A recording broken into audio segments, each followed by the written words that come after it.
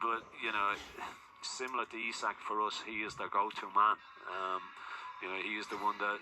You go back to the 3-3 game against them at St James's. Never seen him first half. He never got a kick of the ball. Came to life second half, scored, made 2. That's the qualities that he's got. Isak, it was interesting listening to what Slot said there. It's all about keeping the ball and keeping the ball away from Alexander Isak. That's what Manchester City did. Manchester City just kept the ball, and because we didn't have enough of the ball, we couldn't get it to him.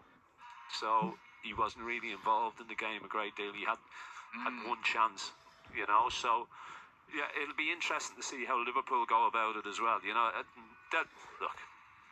They'll be aware of him. They're a good side. I don't think they'll change the way that they play. They'll look to keep the ball. They'll look to play through midfield.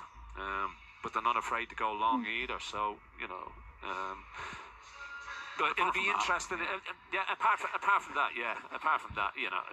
But look, it'll be really interesting to see what Eddie Howe does and what his starting 11 is going to be. Yeah, and Razor, we'll find that out. Well, in our case, just after the 7 o'clock news. Yes. Yeah, an hour and 15 minutes before kickoff is when Premier League team news is published. It is made available, so that's when we'll know who's in the Newcastle team and in the Liverpool team tonight. As you say, just after the news at 7. It's an 8:15 kickoff, which is later than normal.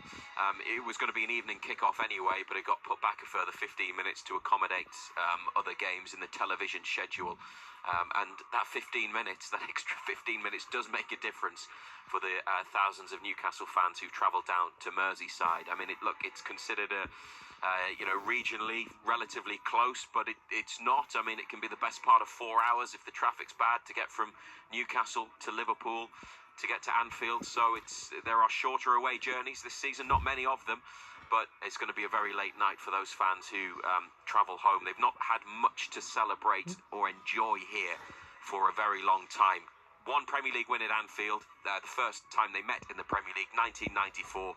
Only one win here since. The following year in the League Cup, a brilliant chip from Steve Watson to send Newcastle through in a 1-0 victory. That was in 1995, and they haven't tasted success here in terms of a victory since. It's been a long time, 3 decades. Indeed, yes. Well, all runs like that have to come to an end at some point. It may well be tonight. We'll find out later on. Matthew Racebeck, thank you for the moment. John Anderson as well is going to be here right the way through until about 7:45 as far as you talking to him is concerned. He'll be here for the commentary as well, of course. But give him a call, 0800 234 6565. We'll turn our attentions to Sunderland in just a tick. 23 minutes past 6 it is.